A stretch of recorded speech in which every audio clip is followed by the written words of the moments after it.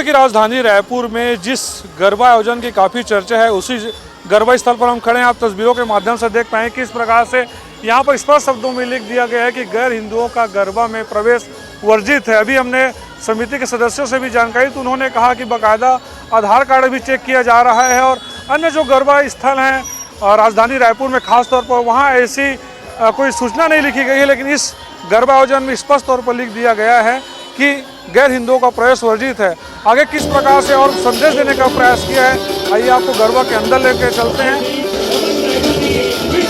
छत्तीसगढ़ की राजधानी रायपुर में यूँ तो गरबा का आयोजन कई जगहों पर हो रहा है, लेकिन एक जो गरबा पंडाल बनाया गया है उसकी खूब चर्चा है। आखिर क्यों इस गरबा पंडाल की चर्चा आप तस्वीरों में देख पाएंगे किस प्रकार से एक हिंदू बेटी श्रद्धा को जिस प्रकार के एक विधर्मी ने, एक जिहादी ने 35 टुकड़े कर फ्रिज में डाल दिया था, उसको यहाँ पर दिखाया गया है और ये बताने का प्रयास किया गया है कि हिंदू लड़कियां जब लव जिहाद के चक्कर में बिल्कुल न फंसे। और आप तस्वीरों में देख पा रहे हैं किस प्रकार से फ्रिज और जो लाश के टुकड़े थे उनको यहाँ पर दिखाया गया है। किस प्रकार से एक हिंदू बेटी के साथ एक विधर्मी जिहादी ने जो है कांड किया था और उसके 35 टुकड़े कर दिए थे।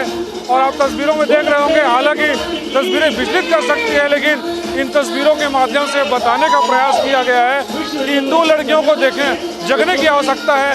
अब पोस्टरों में देख पा रहे होंगे कि जिस प्रकार से लिखा गया है, जो हिंदू लड़कियां लव जिहाद में फंस रही हो जाओ सावधान। निश्चित तौर पर इस पंडाल की काफ़ी चर्चा है और इस पंडाल में जब आप शुरुआत करेंगे तो आपको दिखेगा कि यहाँ पर स्पष्ट शब्दों में लिखा गया है कि गैर हिंदुओं का प्रवेश वर्जित है।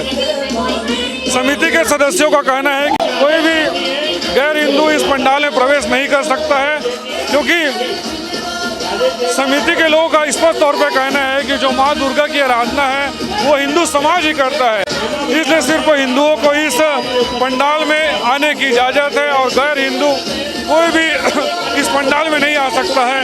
बाकायदा आधार कार्ड चेक किया जा रहा है और हिंदू युवतियों को खास तौर पर जगाने का प्रयास यहाँ पर किया जा रहा है। आखिर समिति के जो आयोजक हैं, समिति के लोग हैं और जो यहाँ पर आई हैं युवतियाँ, वो क्या कुछ कर रही हैं, देखिए इस पूरी खबर में।